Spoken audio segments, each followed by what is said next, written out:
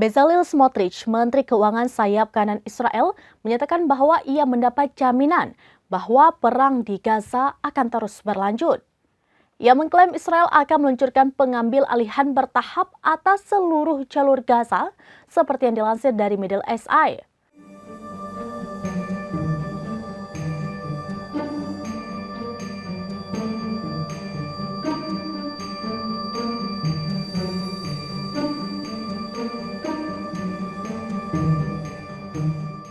Dalam sebuah pernyataan pada Sabtu 18 Januari 2025, Smotrich mengkritik kesepakatan gencatan senjata yang disetujui oleh Kabinet Perdana Menteri Benjamin Netanyahu.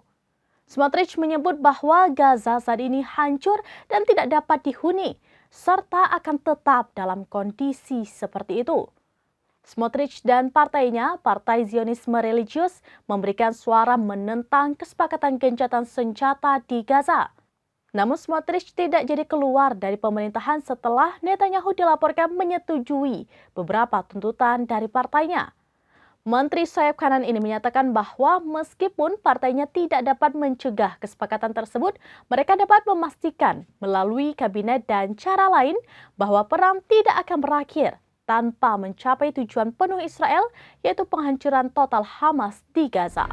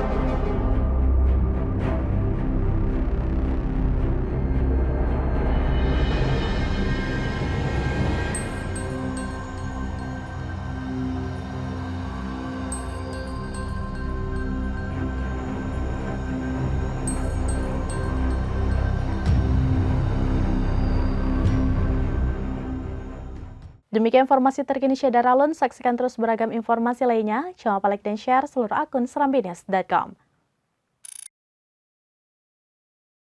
Download Tribun X sekarang, menghadirkan lokal menjadi Indonesia.